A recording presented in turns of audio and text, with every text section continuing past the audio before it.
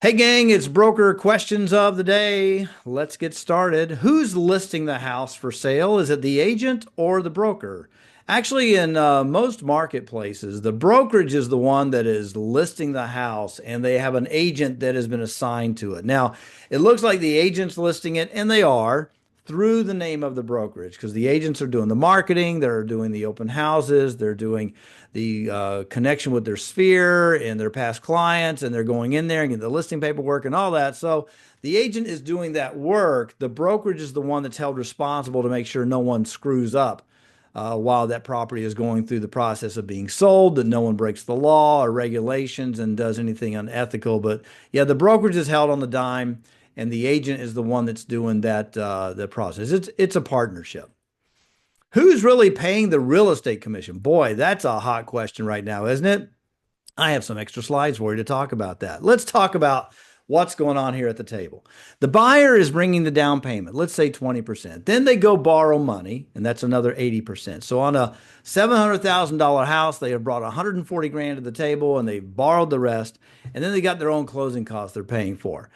Now, you look at what the seller's bringing to the table. The seller owns the house. The seller now has built up equity, most of which is from time and then paying it down a little bit. Most of it is from the market helping them to get more and more equity over the years. The seller's equity is cashed out by the buyer's money that they've brought to the table. So really, the buyer's money and the seller's equity is combined to pay all the costs of the transaction. The first and biggest fee of that is not the commission, it's the seller's mortgage.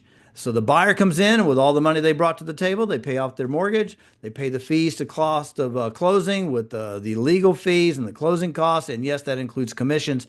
So altogether, it's everyone coming together to make that happen. It's not just one party or the other. And that's the way it is. Can I provide my company's sales contract to my friend who is selling their house FSBO? And FSBO means for sale by owner. Actually, I don't like that because in most markets, the forms, and I have one notebook here. I know it kind of disappears there, but these are all the forms that I have to help someone buy a house.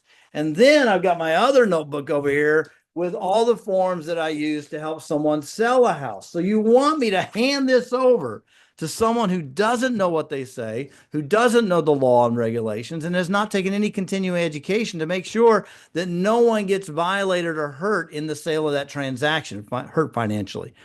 So I'm not really wanting you to hand this over to anyone as a broker. I don't hand this over to anyone. That's why you hire me, is to make sure that nothing gets damaged, that no one gets hurt financially, and all things are taken care of. We've spent millions of dollars over the years as realtors to keep this stuff in play. And so I'm not really keen to hand over documents. It's like giving, keys to a car to your 15-year-old who does not have a license. Anyway, that's my position on that. If you like this channel, I would appreciate it if you would like it, share these videos with people that can use it, and subscribe if you don't mind. That gives me bragging rights and gives you notifications whenever I have a new video. Send me your questions to that phone number there on the screen, or you can email me at anthony.carr@kw.com. And that's it. Thanks so much and have a great day.